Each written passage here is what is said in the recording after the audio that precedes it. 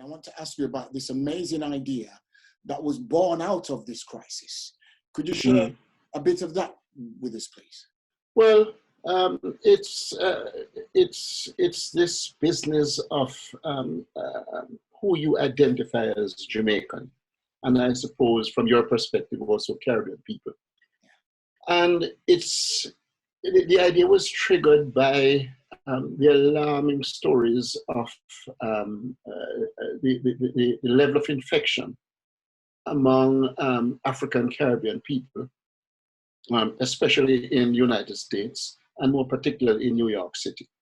And all the statistics, although they haven't been broken down, are indicating that the highest number of infections and deaths are taking place in those communities where large numbers of African Caribbean people reside in the United States. Now, you get that information from the international news media.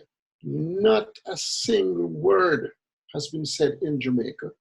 None of the media here have taken the issue of how many Jamaicans are dying in the United States, who they are, the fact that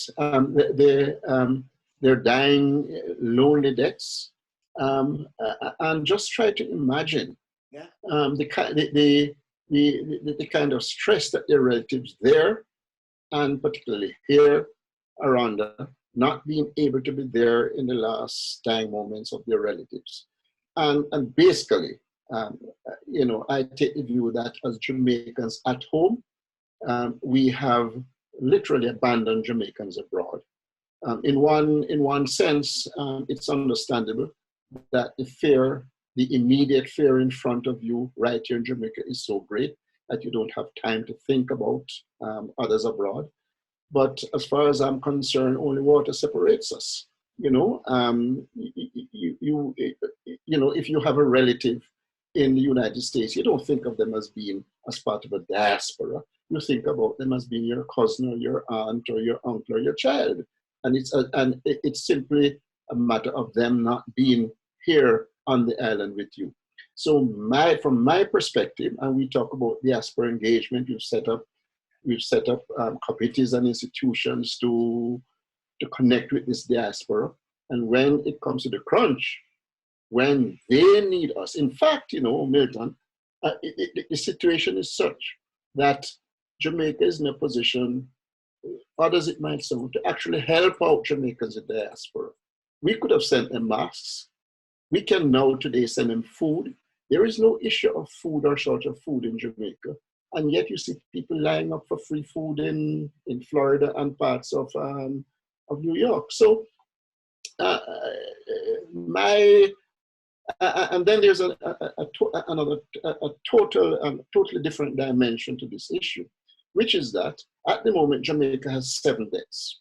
But if you think of Jamaica as wherever Jamaicans are, 7 represents as a very small fraction of the number of Jamaican deaths. And at the moment, we have no idea what the total number of Jamaican deaths are, and nobody seems to care. Well, I think we should care. I think we should care because... How are you supposed to do that then, Ian, with this idea? Well, we have to find a way of finding out who these people are. And all we need are their names, where they died, who they were, what they did, what is their contribution in communities, and we also want them to connect them to the communities from which they came in Jamaica.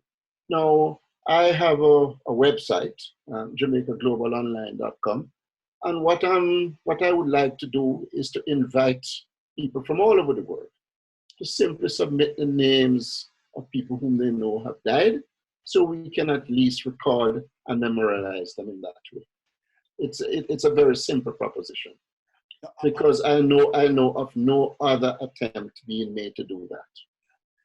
I totally understand the reasons why, and it's an amazing idea and a beautiful, sensitive idea for those families later on, the second generation, third generation, fourth generation, who may want to reflect on what happened in 2019, 2020. Yeah. Mm. So it's going to be a web page that people can put the address of their loved ones who have passed.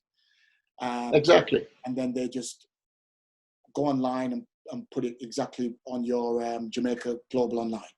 Online, yes, as simple as that. And because otherwise, you see, these people become simple statistics, Mm-hmm. you know.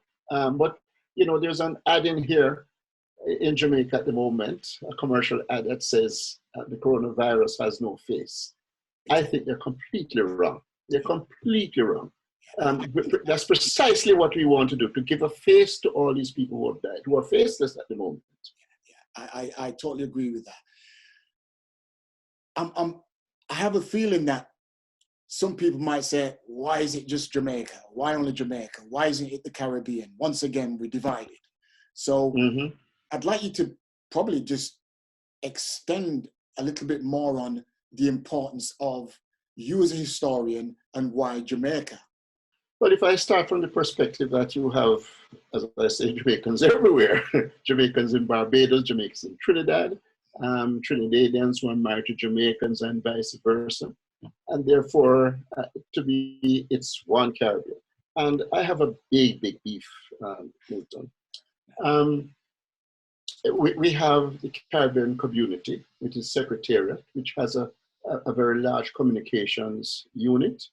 And just this week, I had to write to one of the deputy secretary generals and say, "What is this communications unit asleep?" Because we have no idea outside of what comes in from the international media about what's happening in the rest of the Caribbean. They don't tell us. You know, we don't know what they're doing in Barbados. We don't know what they're doing in Grenada. We don't know how people are coping there. And you know, I think as Caribbean people, we should be, first of all, helping out each other if they have problems. But how can we help if we don't know? And that's a perennial problem in the Caribbean, that there's this divide, you know, that we look out for ourselves. In Jamaica, we still look at people from the Eastern Caribbean as small island people. And we have all kinds of restrictions in terms of movement, communication, trading still going on. And here we are with this coronavirus, which should be pulling us together, working cooperatively, and yet it's not happening. We simply don't know what's happening, except from, as I say, news that we get out of the international news media. I think it's an amazing idea, Ian. I wish you the very, very best. And we here at Kirklees Local TV, through the Windrush, the Years After project that we successfully delivered between 2019 and 2020, I promise you we'll give you as much support as we can. Well, I have a great admiration for the work you do, and the need for organizations like yours, to bring your community together in the first place, and then to link communities across the country in which you operate. And it's a model which I think should be emulated, not just throughout the UK, but especially in places like the US, which is far-flung. I really appreciate what you've just said there, and I'd love to see this model emulated and then connected. Yeah, you know, because I do not want to keep this divide thing going. The principles of what I grew up with about being Jamaican, African, Caribbean, British descendant, that's the early 1960s, is something I still hold value to me, my parents, and that generation. And subsequent generations, we've seemed to have lost it, but that's for another discussion, right? But thank you so much. Your idea is an amazing one. Thanks for the support. God bless in all your endeavors, my friend. Keep pushing.